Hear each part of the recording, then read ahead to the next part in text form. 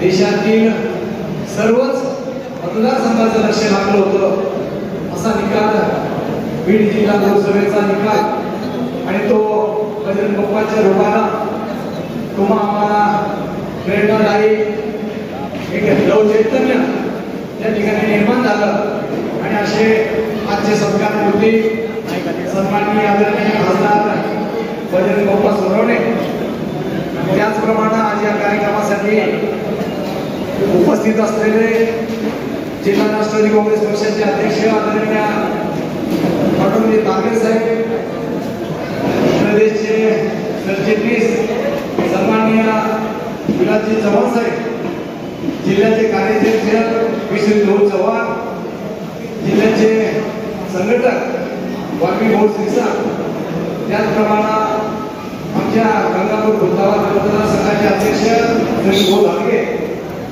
युवकांचे अध्यक्ष सन्माननीय अतुलजी गावंडे साहेब, सरकारी परिषद तालुका अध्यक्ष सन्माननीय रंजनभाई, त्याचप्रमाणे औद्योगिक आणि व्यापार विभागाचे जिल्हाध्यक्ष सन्माननीय सुनीलजी आवडे साहेब, त्याचप्रमाणे आमचे ओबीसी सेलचे जिल्हाध्यक्ष आमचे मार्गदर्शक सन्माननीय कडुवाना येवळे, आमचे सामाजिक न्याय विभागाचे जिल्हाध्यक्ष उद्धवजी बनसोडे साहेब, त्याचप्रमाणे आमच्या भागातील एक प्रदेशाध्यक्ष बहुजन किसान पक्ष पार्टी माननीय अजयजी गारफाडे साहेब, त्याचबरोबर उपस्थित असलेले उद्योजक सन्माननीय बालाजी शिंदे साहेब, सुनीलजी गिरधर साहेब, ज्यांनी खऱ्या अर्थाने आज आपण बाप्पाची वेळ घेऊन गेली ते आदरणीय डॉक्टर खरडे साहेब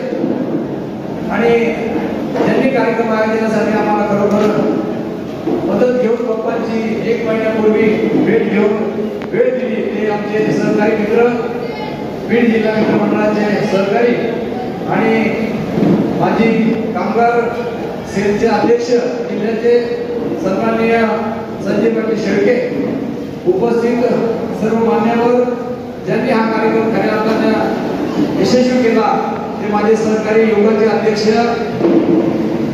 सन्माननीय ईश्वरजी गोवंदे साहेब, युवकाचे कार्याध्यक्ष हर्षू भैया, ओबीसी सेलचे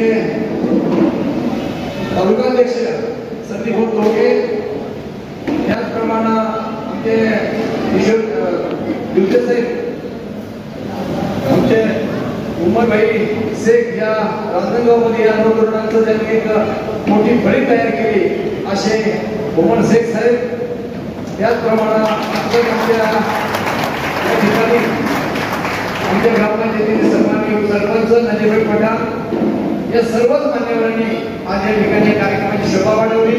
जिल्हाध्यक्ष सन्माननीय हेगडे साहेब येत आहेत, त्यांना विनंती करतो आपण मंचाकडे यायचं. उपस्थित सर्व तरुण मित्र, पत्रकार बंधू आणि मित्रांनो, बाप्पा बरोबर राष्ट्रवादी काँग्रेस पक्ष हा मागील काही काळापूर्वी असं वाटत होतं की आता पक्षाची खूप मोठी हानी झाली, पवार साहेबांना सोडून मोठमोठे मंडळी निघून गेले, आता पक्षाचं काय होईल, पक्षाचं अस्तित्व टिकेल की नाही टिकेल. परंतु काही कटुनीतीच्या मंडळींनी त्या सरकारला षडयंत्र करून पाय उतार करण्यासाठी भाग पाडलं. त्या ठिकाणी इंग्रज साहेबांनी विनंती करतो आपण समोर या. जिल्ह्यामध्ये एका जातीवादाचं त्यांनी भांडवल करून निवडणूक लढवण्याचा प्रयत्न केला, विकासाचं कुठं नाव निशाण नव्हतं. अशाही परिस्थितीमध्ये तुम्ही हृदयाचा ठोका जिंकवणारा निकाल या महाराष्ट्राला दिला. आम्ही या वतीने संबंध गंगापूर खुलताबाद मतदारसंघाच्या वतीने सर्वप्रथम आपलं मनपूर्वक या ठिकाणी अभिनंदन करतो. आणि तुम्ही असं निलेश लंके साहेब असतील, सुप्रियाताई असतील, या महाराष्ट्रातील जनतेचे प्रश्न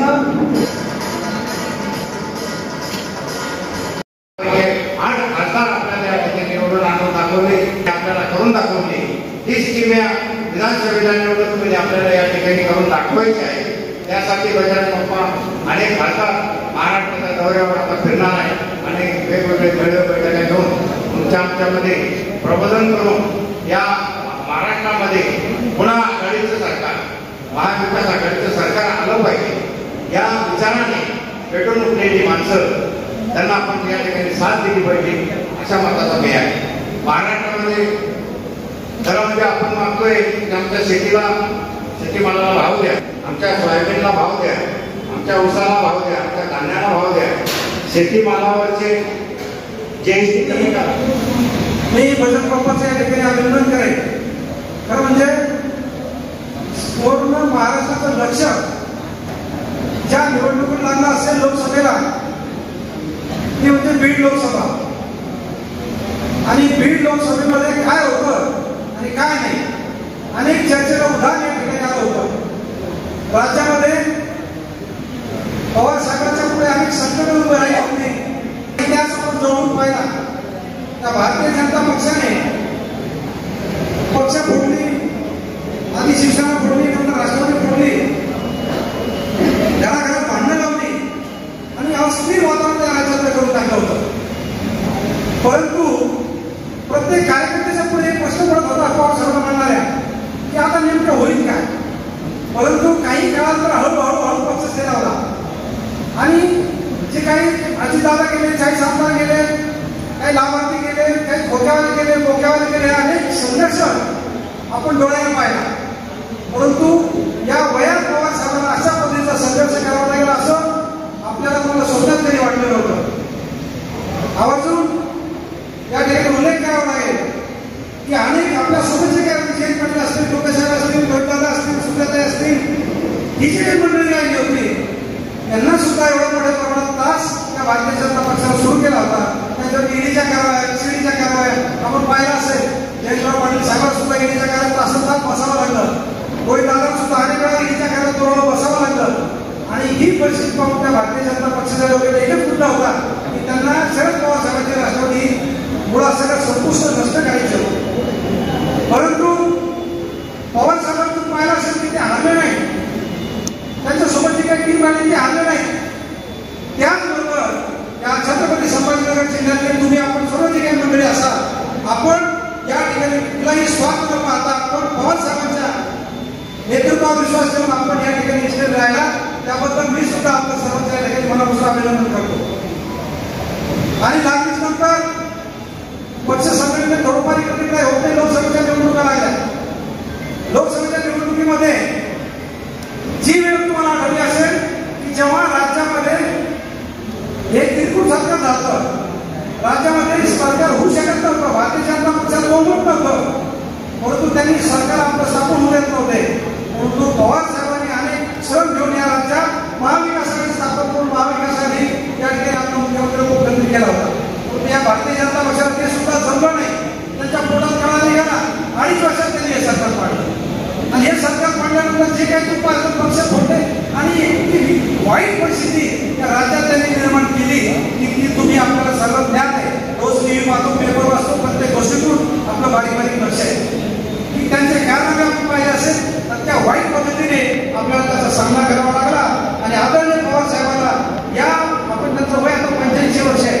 या 85 वर्ष वयामध्ये आज साहेबांनी आणि त्यांनी तरी अनेक संकट पाहिली होती, परंतु आज पुन्हा त्यांनी नवीन ह्या पक्ष उभा केला आणि अवघ्या या महाराष्ट्रामध्ये मला वाटतं महाराष्ट्रात महाविकास आघाडी केली, परंतु देशात सुद्धा इंडिया आघाडी साहेबांनी केली. आणि या इंडिया आघाडीला भारतीय जनता पक्ष त्यांचे सहकारी पक्ष हे घाबरायला लागले. आणि तुम्ही पाहिलं असेल त्यांनी त्याच्यातही इतके मोठे डाव केले. रामाचं नाव, जातीचं नाव, धर्माचं नाव राजकारण केलं, हिंदू मुस्लिमांचं नाव राजकारण केलं, भाव भांडणं लावली आणि सत्ता मिळवण्याचा प्रयत्न केला. परंतु त्यांना बहुमत अभ्यास या ठिकाणी बहुमत त्याला देशाच्या ठिकाणी मिळाला नाही. आणि काही जरी आपली थोडीशी ताकद वाढली असती तर त्याच्यावर त्यांनी अनेक प्रयत्न केले असते की ते मशीन असेल, हे असेल, ते असेल, दादागिरी असेल, ईडी असेल, सीडी असेल, शासकीय यंत्रणाचा गैरवापर केला आणि गैरवापर करून सुद्धा त्यांना त्या देशामध्ये बहुमत नाही मिळू शकतं. त्याच्या पुढे घ्यावं लागलं. आणि देशात हे कोणाच्याही मनात सरकार नाहीये. मोदी पुन्हा पंतप्रधान व्हावे ही कोणाच्याही सामान्य कार्यकर्त्याची मनात इच्छा अजिबात नव्हती, आजही नाही. परंतु सत्तेपुढे, दादागिरीपुढे, पैशापुढे या गोष्टी झाल्या. आपण सोडून द्या. राहिला प्रश्न आपल्या राज्यातून आज पाठवलं किंवा आता लोकसभेला काय होईल. पण लोकसभा जेव्हा हातात आली तेव्हाही काँग्रेस असतील, शिवसेना असतील आणि आपला पक्ष पवार साहेबांनी या सगळ्यांची परत एकत्र नोट बांधली आणि एकत्र नोट बांधून या ठिकाणी केला, सर्वांना जवळ घेतलं. 2 जागा 4 जागा मला कमी असल्या तर चालतील, पण ही महाविकास आघाडी टिकली पाहिजे हा संकल्प करणारे शरद पवार साहेब. मनाचा मोठेपणा करून सगळी 10 जागा 5 जागा कमी घेतल्या, परंतु तुम्ही पाहिला असेल रिझल्ट लागल्यानंतर की त्यांनाही वाटलं की अजून राष्ट्रपतीला पवार साहेब जागा जर जास्त दिल्या असत्या अजून खासदार करून आले असते. आणि मला वाटतं आपला 100% निकाल 80% निकाल राष्ट्रपतीचा लागला. जास्तीत जास्त आम्हाला मार्गदर्शन करावं.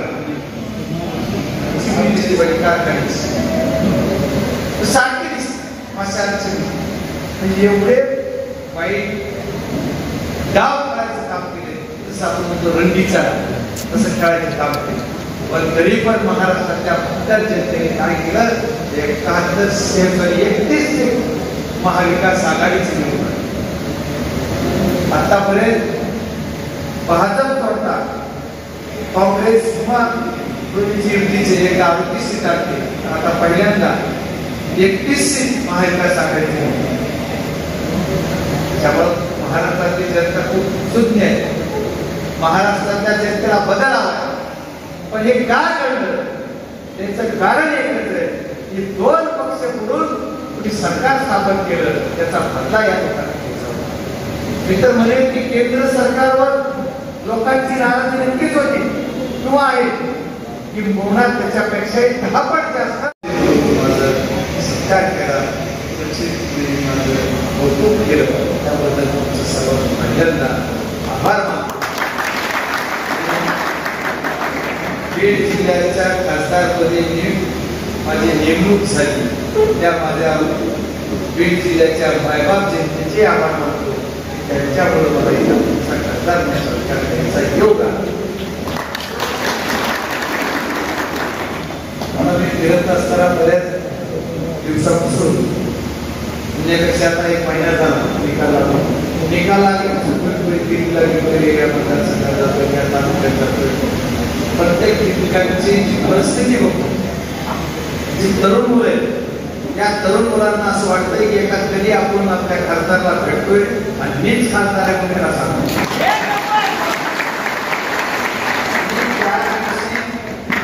बीड लोकसभेचा उमेदवार म्हणून येणार आहे. त्या दिवसापासून निकाल लागेपर्यंत नव्हे तर आजपर्यंत सुद्धा प्रत्येकाच्या मनात एक आनंद आणि उत्साह. मला त्या दिवशी उमेदवारी झाली त्या क्षणापासून प्रत्येकाला वाटलं तर बीड जिल्हा महाविकास आघाडी राष्ट्रवादी काँग्रेसचे पवार पार्टीचा उमेदवार म्हणजे मीच उमेदवार आहे. आणि त्याच्यानंतर निवडून आल्यानंतर सुद्धा आज या सर्व लोकांना बीड जिल्ह्यातल्याच नव्हे मराठवाड्यातल्याच नव्हे तर महाराष्ट्रातल्या तमाम राष्ट्रवादी काँग्रेस आणि महाविकास आघाडीवर प्रेम करणाऱ्या सर्व मतदारांना आणि सर्व उद्योजक असतील, महायुती सरकारवर जेवढे नाराज आहेत तेवढ्यांना वाटतंय खासदार यावेळीच खासदार म्हणून गेलं, सत्कार करून गेलं, खूप चांगलं वाटतंय. हे फार म्हणजे किती ओझ आहे. ह्या वर्षाची किंमत देताना खूप अवघड जाईल का काय याची कधी कधी भीती वाटते. ते तुम्ही एवढं प्रेम करताय. बीड जिल्ह्यातल्या जनतेने प्रेम दाखवलं.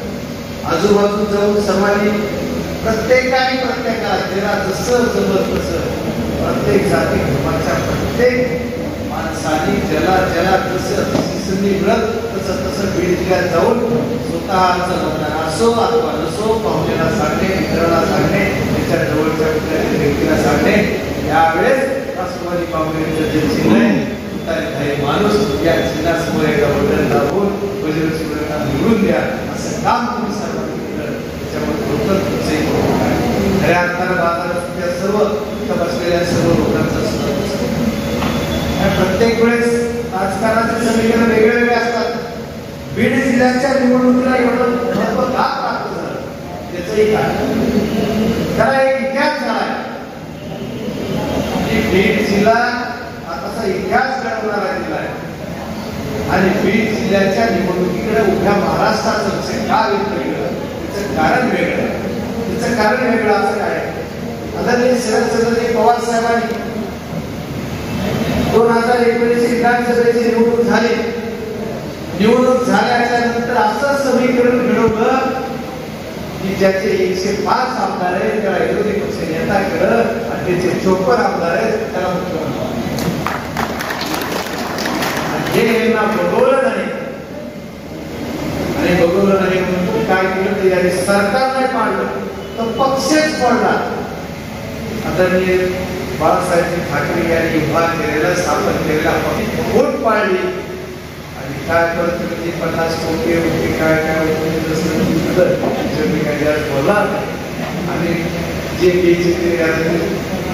सेनेच्या भाषेत चांगलं तुला बोलते पण त्यातली काही भाषा मला ती बोलता येईल.